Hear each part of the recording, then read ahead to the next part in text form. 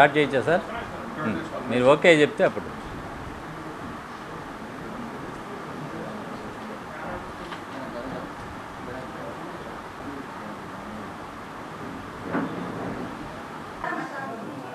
ఓకేనా? ఓం నమో వెంకటేశాయ. తిరుమల తిరుపతి దేవస్థానం ఆధ్వర్యంలో 2010లో ఇక్కడ పున్నమ్మ తోటలో ఇక్కడ వెంకటేశ్వర స్వామి ఆలయం నిర్మించడం జరిగింది. తర్వాత ప్రతి సంవత్సరము వార్షికోత్సవం జరుపుకుంటూ 12 సంవత్సరాల కాలాన్ని ఈ ఆలయం పూర్తి చేసుకున్న సందర్భంలో తిరుమల తిరుపతి దేవస్థానం ఆగమ పండితుల సూచనల మేరకు ప్రతి 12 సంవత్సరాలకి ఒక ఆలయానికి మహాసంప్రోక్షణ అష్టబంధన అనే కార్యక్రమము జరుపుట ఆనవాయితీ.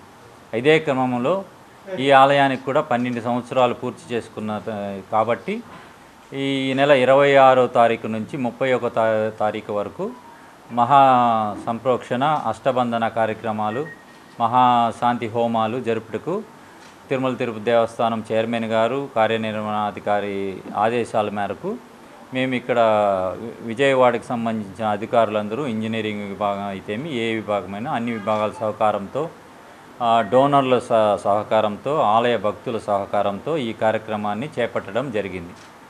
ఈ కార్యక్రమంలో మనకి 26వ తారీఖున సాయంత్రం అంకురార్పణ జరుపుతారు. తర్వాత ప్రతినిత్యము ఇక్కడ హోమాలు ఉదయము సాయంత్రము హోమాలు జరుగుతాయి. ఈ 4 రోజులు స్వామి ఆలయంలో లోపల గర్భాలయంలో స్వామిని ఆహ్వానం చేసి ఇక్కడ కుంభంలోకి తీసుకుంటారు.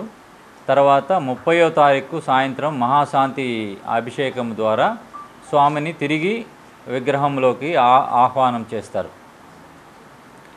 ఇదే క్రమంలో ఆలయం లోపల ఎటువంటి అయినా రిపేర్లు ఇవన్నీ ఈ 12 సంవత్సరాలకు ఒకసారి మాత్రమే జరుపబడతాయి.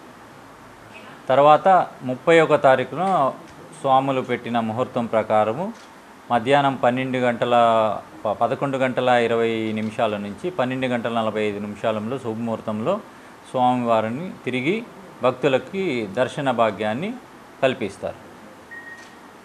ఇదే క్రమంలో ఆ రోజు భక్తులు విచ్చేసే భక్తులకి మహాన్న ప్రసాదము వితరణ పెద్ద ఎత్తున 5,000 మందికి పైగా చేయుటకు పెద్దలు నిర్ణయించారు. ఓం నమో వెంకటేశాయ. స్వామి మీరు మాట్లాడండి. దర్శనాలు ఈ 4 రోజుల పాటు భక్తులకి దర్శనము ఇక్కడ హోమము దగ్గర ఉండే హోమగుండం దగ్గర ఉండే స్వామినే, కుంభంలో ఉండే స్వామినే ఆయన దర్శనం ఇస్తారు.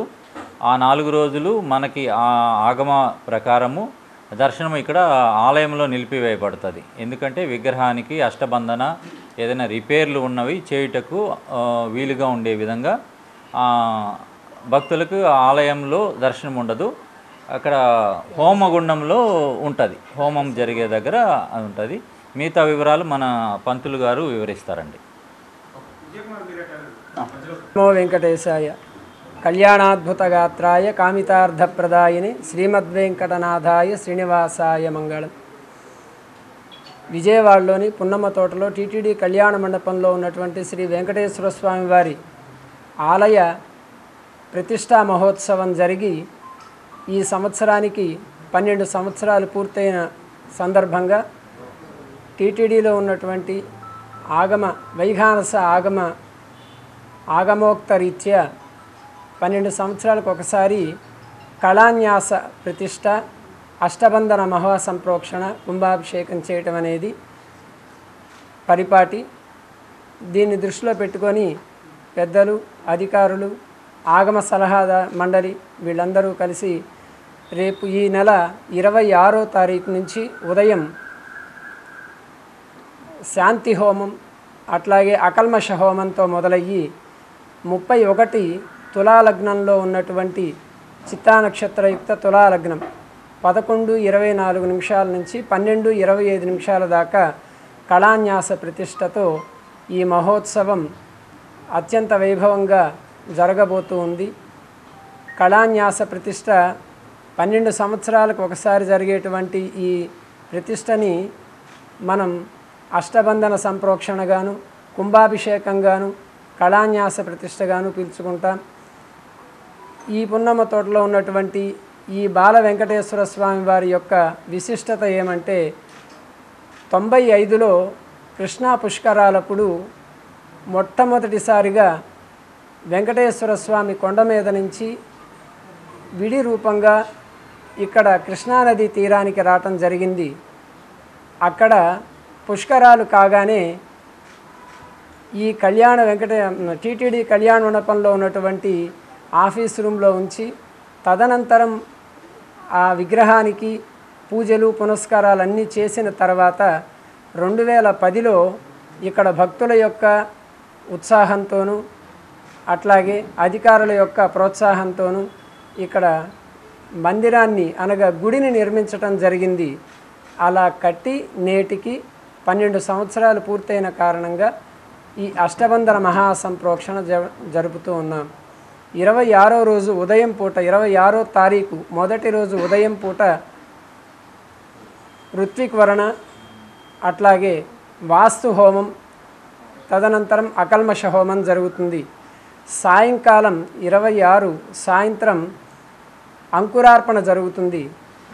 ఆ తర్వాత ఉదయం పూట అంటే రెండవ రోజు 27 ఉదయం పూట స్వామివారికి సంబంధించినటువంటి 5 పంచాగ్నులు కూడా మనం వెలిగించకుండా కట్టెతోటి వచ్చేటువంటి అగ్నితోటి ఇక్కడ ప్రణయనం చేస్తారు. దాని తర్వాత సాయంత్రం కుంభకళాన్యాసం అని చేస్తారు. విశేషంగా స్వామివారు అక్కడే ఉంటారు.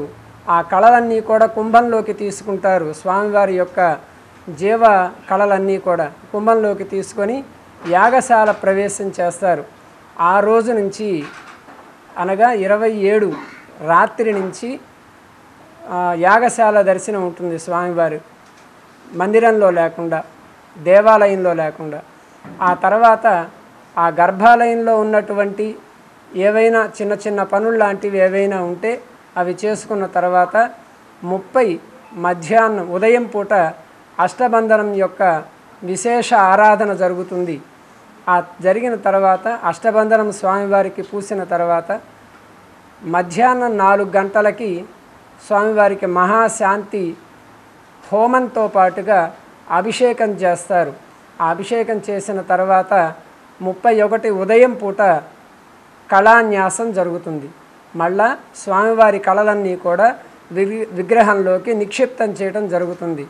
ఈ కార్యక్రమంతో పాటుగా విశేషంగా ఇక్కడ కొన్ని వేల కొలది మందికి అన్నప్రసాద వితరణ చేయడానికి ఇక్కడ భక్తులు అధికారులు సన్నద్ధం చేస్తూ ఉన్నారు. ఈ విషయాన్నన్నింటినీ కూడా గమనించి దగ్గరగా ఉండేవాళ్ళు కాకుండా దగ్గరగా ఉండేవాళ్ళు ఎటు వస్తారు, దూరంగా ఉండేవాళ్ళు కూడా ఈ విషయం తెలుసుకొని స్వామివారిని దర్శించడానికి వస్తారని చెప్తూ ఓం నమో వెంకటేశాయ. కార్యక్రమంలో పాల్గొనడానికి శాసనసభ్యులు, మినిస్టర్సు, అధికారులు, జడ్జెస్ అందరికీ ఆహ్వానాలు పంపడం జరిగింది. కానీ ఎంతమంది వరకు మ్యాక్సిమం చాలా వరకు అందరూ అటెండ్ అవ్వడానికే ఉంది. తిరుమల తిరుపతి దేవస్థానం అధికారులు అందరూ కూడా ఈ కార్యక్రమంలో ఆగమ సలహాదారులు వీళ్ళందరూ కూడా అటెండ్ అవుతారు.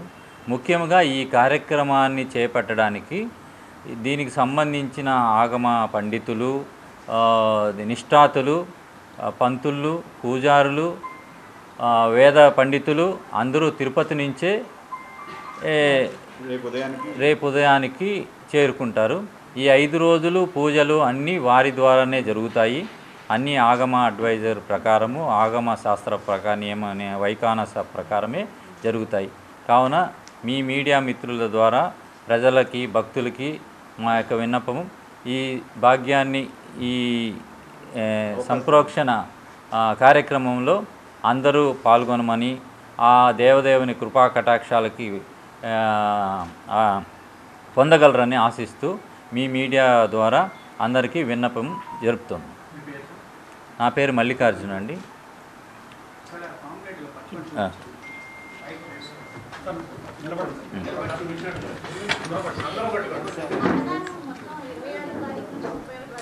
కాదమ్మా, అన్నదానం చివరి రోజు ఉంటుందమ్మా, ఒక రోజే ఉంటుంది.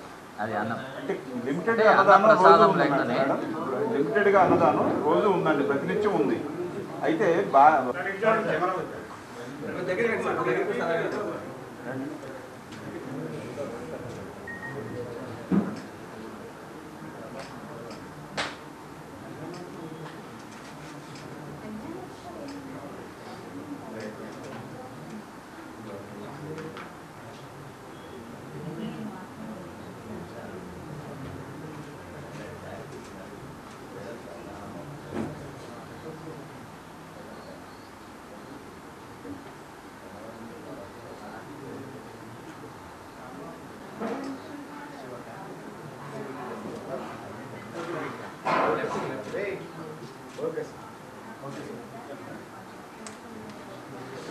పాంప్లెట్స్ అందరికీ